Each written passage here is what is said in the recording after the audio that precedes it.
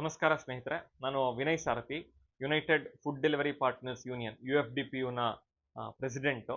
ನಾವು AIUTUC all India united trade union ಸೆಂಟರ್ಗೆ affiliate ಆಗಿದ್ದೀವಿ. ಇವತ್ತಿನ ದಿನ ಡಿಸೆಂಬರ್ 31ನೇ ತಾರೀಕು ಐಫ್ಯಾಟ್ನವರು ಅಂದರೆ Indian federation for app based ಟ್ರಾನ್ಸ್ಪೋರ್ಟ್ನವರು ಒಂದು ಫೆಡರೇಷನ್ನವರು ಅವರೊಂದು ಸ್ಟ್ರೈಕ್ಗೆ ಕಾಲ್ ಫಾರ್ ಕೊಟ್ಟಿದ್ದಾರೆ. ನಾವು ಇದನ್ನು ಬೆಂಬಲಿಸ್ತೀವಿ.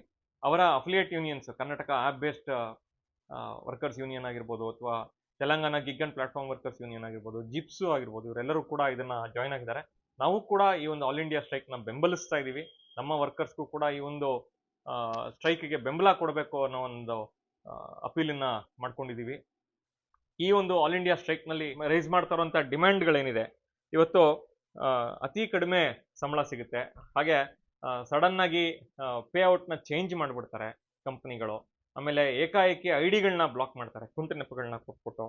ಇದನ್ನ ತಡೆಗಟ್ಟಬೇಕು. ಹಾಗೆ 10 ನಿಮಿಷ ಡೆಲಿವರಿ ಏನಿದೆ, 10 ನಿಮಿಷದಲ್ಲಿ ನಿಮ್ಮ ಮನೆಗೆ ಏನು ಸಾಮಾನು ಬೇಕೋ ತಲುಪಿಸ್ತೀವಿ ಅನ್ನೋದು, ಇದು ವರ್ಕ್ ಆಗಲ್ಲ, ಹೀಗೆ ಡೆಲಿವರಿ ಮಾಡೋಕ್ಕಾಗಲ್ಲ ಅನ್ನೋದು ಕಂಪ್ನಿಗಳಿಗೂ ಗೊತ್ತಿದೆ.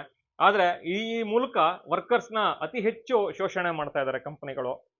ಅದೇ ರೀತಿಯಲ್ಲಿ ಕಾರ್ಮಿಕರ ಹಕ್ಕುಗಳಿಗೆ ಮಾನ್ಯತೆ ಕೊಡಬೇಕು. ಈ ರೀತಿಯಾದ ಹಲವಾರು ಡಿಮ್ಯಾಂಡ್ಗಳನ್ನ ಈ ಒಂದು ಆಲ್ ಇಂಡಿಯಾ ಸ್ಟ್ರೈಕ್ನಲ್ಲಿ ರೈಸ್ ಮಾಡ್ತಾ ಇರ್ತಕ್ಕಂಥದ್ದು. ನಾವು ಕೂಡ ಈ ಒಂದು ಡಿಮ್ಯಾಂಡ್ಗಳನ್ನ ಸಪೋರ್ಟ್ ಮಾಡ್ತೀವಿ, ವರ್ಕರ್ಸ್ ಜೊತೆಗೆ ನಿಲ್ತೀವಿ. ನಮ್ಮ ಯೂನಿಯನ್ ಅಷ್ಟೇ ಅಲ್ಲ, ಇನ್ ಜನರಲ್ ಎಲ್ಲ ವರ್ಕರ್ಸು ಕೂಡ ಈ ಒಂದು ಸ್ಟ್ರೈಕ್ನಲ್ಲಿ ಪಾಲ್ಗೊಳ್ಬೇಕು, ಲಾಗ್ ಆಫ್ ಮಾಡೋದ್ರ ಮೂಲಕ ಪಾಲ್ಗೊಳ್ಬೇಕು.